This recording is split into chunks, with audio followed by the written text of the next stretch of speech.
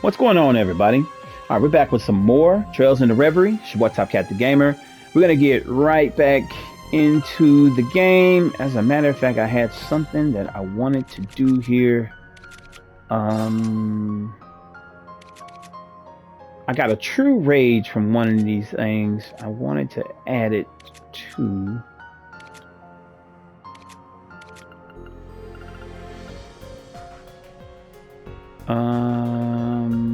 No.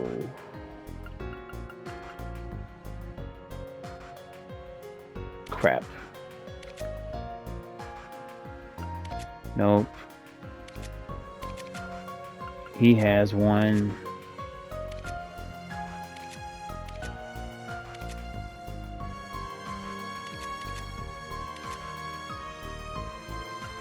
She has a rage, but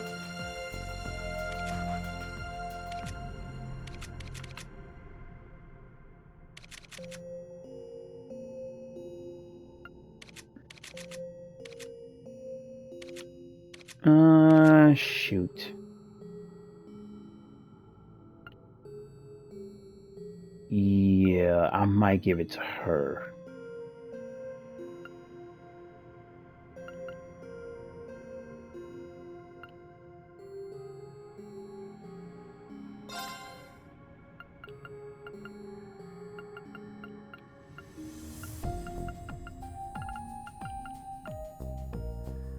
Really?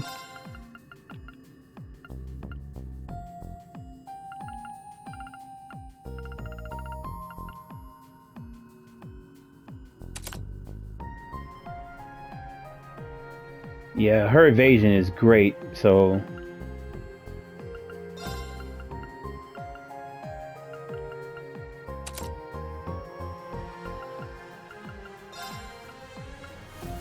let me see. Yeah, I don't have enough to do another break of quartz there, so I'll hold off on that.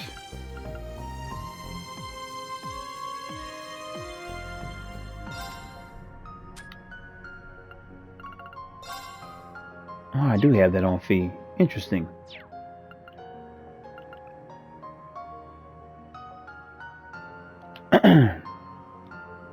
Yeah, about 80% is good. And I'll take this off. She doesn't need that. Instead, I will give you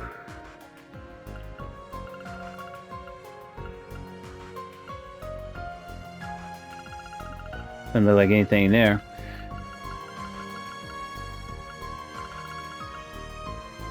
She should have Seraphic Ring already.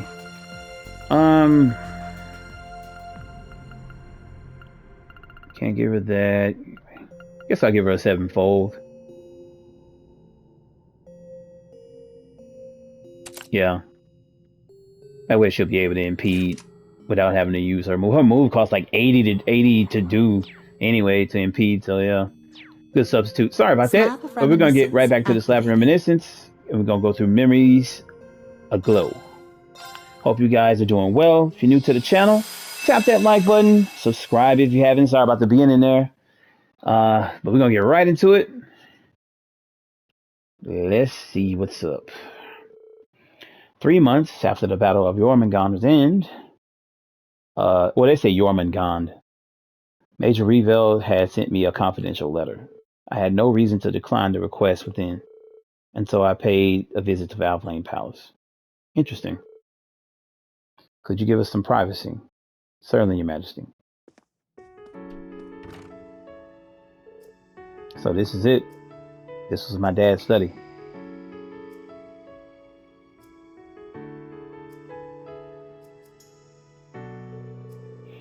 It feels a little surreal to be in here.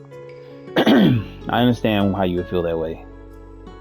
I come to sort out his belongings after the war's end, but to my surprise, there was nothing left to sort.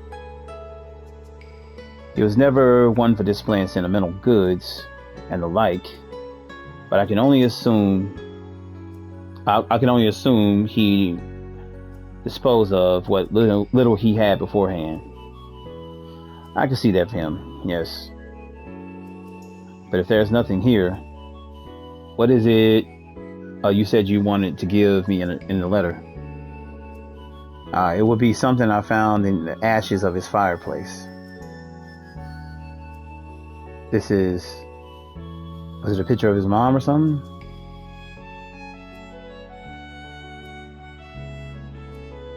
Oh, it was. Why would he burn that? Judging by his state, I think it came from his diary.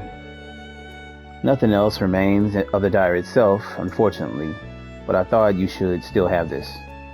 Please take it. Thank you, Your Majesty. This is more than enough for me. Knowing he treasures this photograph to his last days means more than words can say. I'm grateful you thought of me when you found it. Then all is well. He was a lucky man to have you as his son. It was regrettably difficult for me to mourn him in public with his role in this war.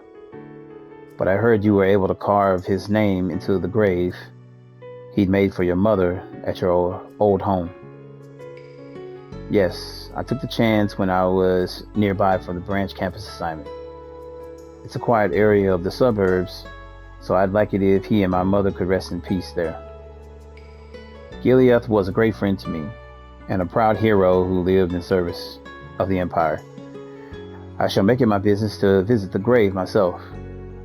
I like to visit the Lance Maiden's grave in Crossbell as well. I'm sure they would appreciate you being there. Not that I knew either of them well enough to speak on their behalf, of course. That is just as true of me, in a sense. I'd seen him as a politician, but I'd only caught the slightest glimpse of him as a father. It's never too late to begin learning more, however, even if he's no longer with us. The Great Twilight is over, the nation's suffering has come to an end. There's no better time to gather up the pieces we missed during the time of our conflict. Yes, I suppose you're right. Interesting, okay.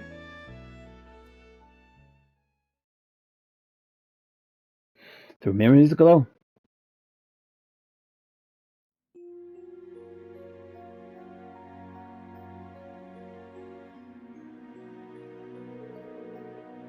The more I look at it, the more surreal it feels.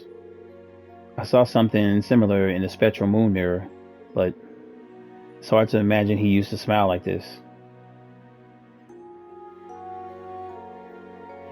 Guess that goes to show how little I really knew about him. Hopefully, I can find more things like this and take good care of them. Now we're in for a busy tomorrow, so I better get some rest. A busy day tomorrow, sorry. It's crazy, man.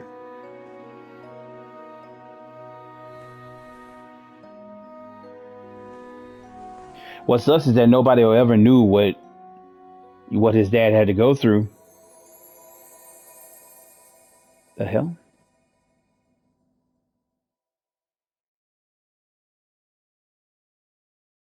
Oh shit. I have accepted the Ebon Knight, but it is not by its will that I have chosen to bring destruction to the Empire. This is the only way to rid the land of the curse that has plagued it for so long. To end this world my loved ones call home will require renouncing my very humanity. Yet, it is a price I am willing to pay. From this day forward, I will see myself as being of blood with a soul of iron, guiding all to the future of the conflict. Well, Blood and Iron Chancellor, you see where you got that from. I write these words in my diary to show what I have that I have chosen my path, that my will is still my own. Lecter was first. I knew I would need pawns to achieve the future I just so desired.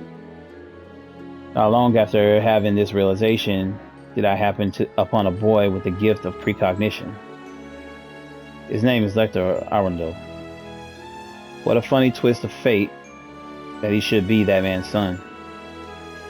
The boy had accepted the hand fate had dealt him, both his father's crimes, and that would lead him to be silenced.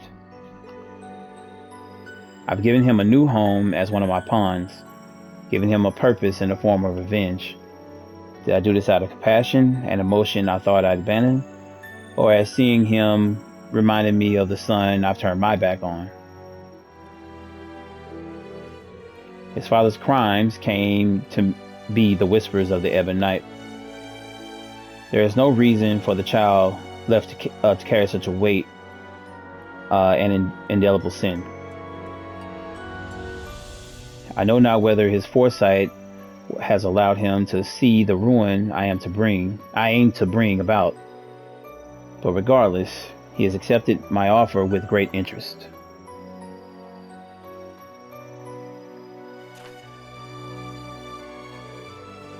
My next meeting has come soon after my promotion to Chancellor of the Imperial Government. While on state business, meeting with the four great houses, I happened upon a fascinating young man. I thought Rufus was first. His name is Rufus Alvarez, and he appears intelligent as he is hollow on the inside. He thinks of me as his true father, and he believes that best in me will give meaning to his existence. It feels almost cruel to find myself being called someone's father again, but meeting someone who seeks to do more than I ever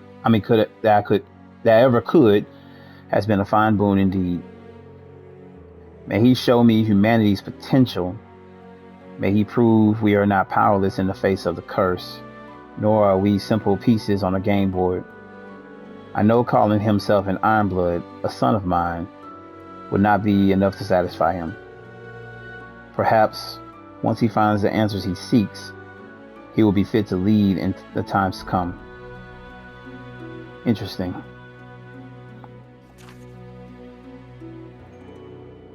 Two years have passed since my appointment to Chancellor. Rufus and Lecter have served me well, and word of the Ironbloods has begun to spread. What has dampened this just so is the passing of an old friend from Thor's. The circumstances surrounding his death are highly suspicious, enough for me to suspect that the Ebon Knight was to blame. It was when I went to handle the matter personally that I happened to meet his daughter, Claire Rivelt.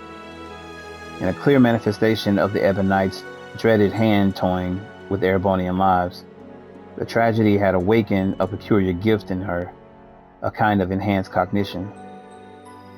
I chose to leave the matter of her father's death in her hands, and though it pained me greatly to do so, she has demonstrated the resolve to stand against destiny.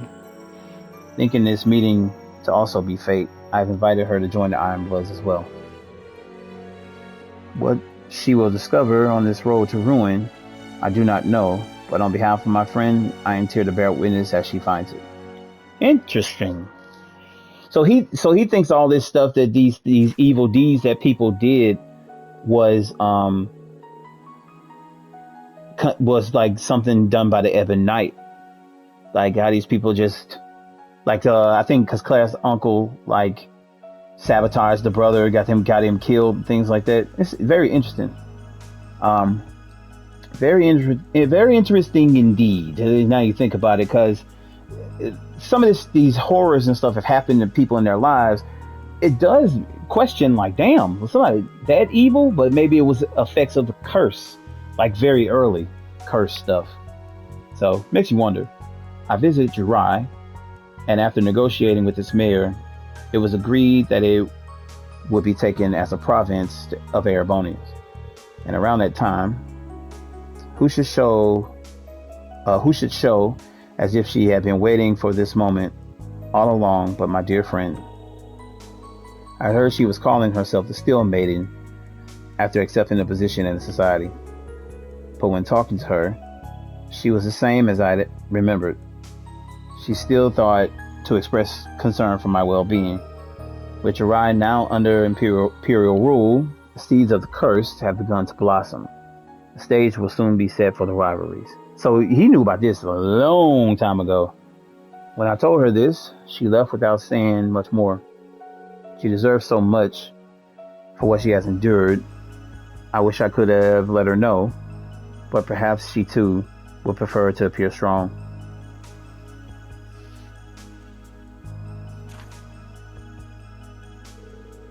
A fourth member has joined the Iron Bloods. Her name is Milliam Orion, a new model homunculus with the nearly last in her line serial number OZ73. As pure and innocent a being as I've ever seen. She was quick to gain a sense of self and developing in the blink of an eye. Milliam has been able to give the other Iron Bloods what I cannot. The more time they spend with her, the more I see Claire and Lecter's expression soften. I can only hope that through her, they have regained a small portion of what the Ebon Knight took away. Damn, what a sinful manner of fortune and sword, and what a fitting manner with the end it is destined to bring. I have long accepted that I will bear any sin for my goal, knowing full well my fate will be to accompany Ishmelga to Gehenna's depths. Sad, man. They're kind of going through the whole thing now, then you know everything that he did. Prince Oliver's role in ending the crisis in Libero was reported far and wide. When he soon after returned to the Empire like a hero aboard the Kingdom's Arcel. I'm probably saying that wrong. It was almost impossible to escape the story. I visited Libero to offer my own greeting before his departure. But by doing so, he reminded me once more that he is a man of endless surprises. It was as if the lion slumbering within the Empire had awakened and taken its form. As I execute my plan to fill the world with conflict, he seeks to find a third way. His efforts are nothing but a hindrance in bringing about the Great Twilight, but I cannot help but feel excited by his declaration. If he's going to challenge me, he had best put up a worthy fight. The conflict he seeks to stop will be great enough to engulf even Crossbell. I look forward to seeing how he intends to counter it.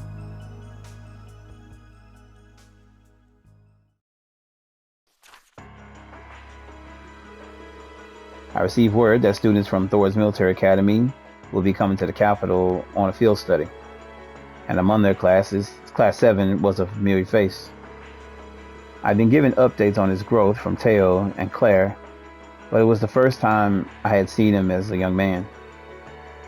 I could see right away that he had become just like his mother, a kind soul who valued the well-being of others over himself. He is the picture of health now, and for that I'm grateful. I regret to write, however, that the curse has had a clear influence on him, adding to his internal strife. I knew it was bound to happen. He has the heart of the one closely linked to the curse. I dare not think of Cassia's face as she watches us from heaven, for the pain she must feel seeing the cruel fate I have thrust upon our child. Well, I mean, if he hadn't given him his heart, I mean, Green would have died. So it just sucks that Green, has his heart and got affected by the curse as well. So does she know that if he cannot control himself now, then he has no chance of surviving the days that are yet to come? It won't be long before the Great Twilight is upon us. All I can do is as his mother does, watch and see how he fares.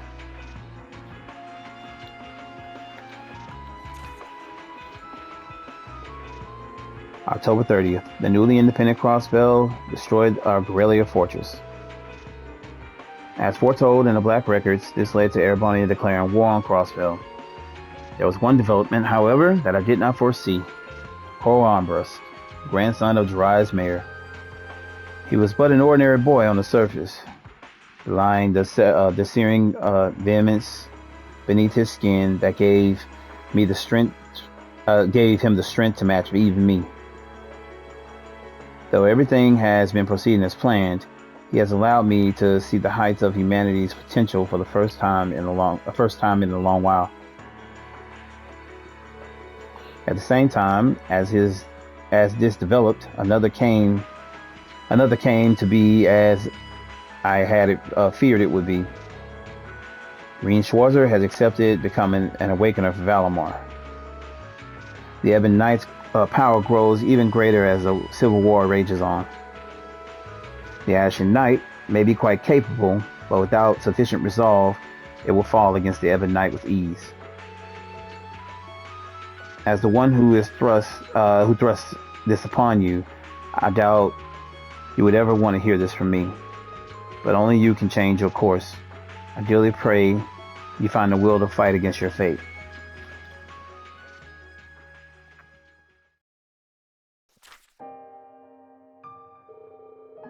July 18th, the Grawl of Erebos has made manifest. Prince Arthur had broken through all attempts to obstruct him, reaching the scene. All for naught. He has met a tragic end. Human life is but dust to be scattered by the winds of fate, be you commoner or nobility, hero or villain.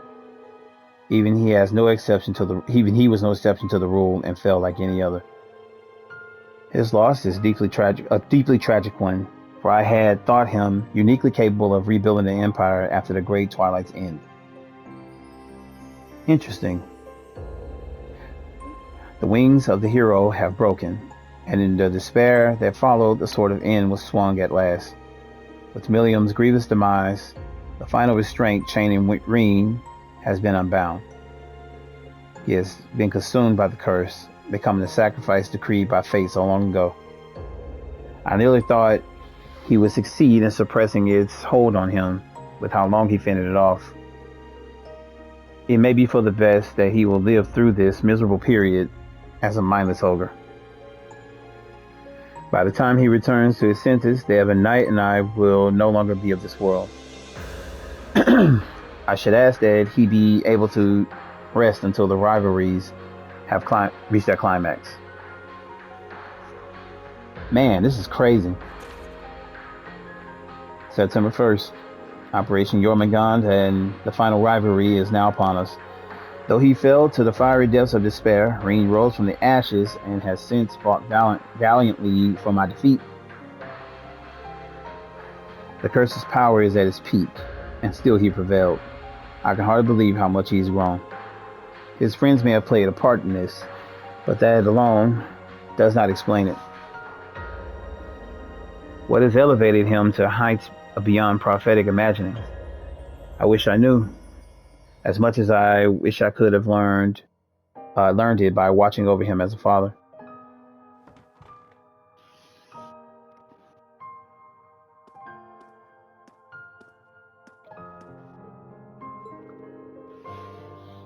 This isn't like me at all.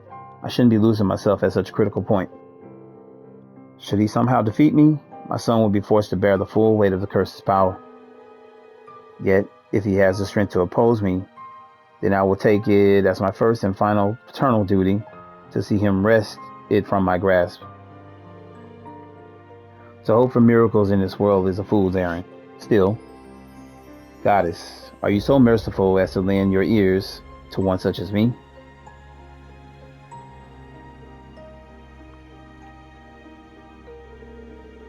If so, then I pray.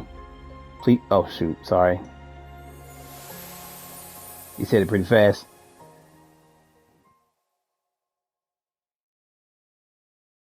Well, tell you one thing. Hell of a goddamn story, man. When you really think about it. Whoever wrote this was in their bag. Huh? Woke up crying. That felt too real to be a dream.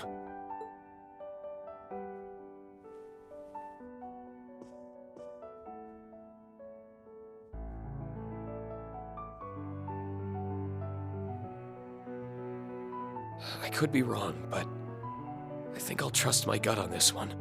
He was always prioritizing the happiness of others, while shouldering burdens one should never have to bear alone. Like father, like son, huh? I wish I could have done more for him.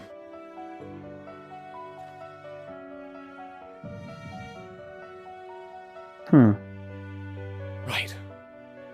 I still can. My father gave me life, and my friends gave me a reason to live that life. Simply living well is the best way I can repay him and my mother. Makes sense. That doesn't absolve the bad, but... Morning, Kurt. The weather's beautiful today, huh?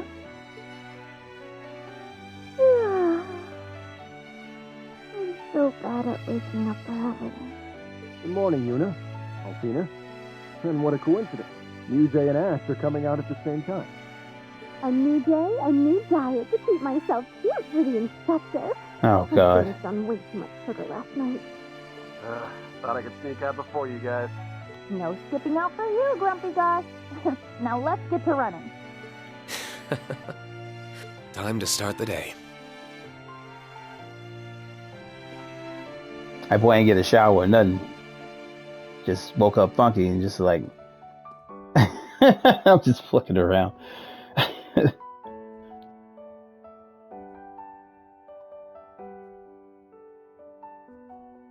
Oh, man. What can you say to that one? God, I feel so bad for that family. I really do. And it's crazy how you hate his father for like the first 3 games and halfway through 4 until you realize Ishmael goes behind all of it that kept them from just having normal lives. And it's like, damn, like I spent 3-4 games hating this man, like, and then for it to end like that, and it's still just a sad ending. And now people are having to like atone and things for the things they did in the name of the curse. And it sucks, man. But that was a good one. Oh, a true domination.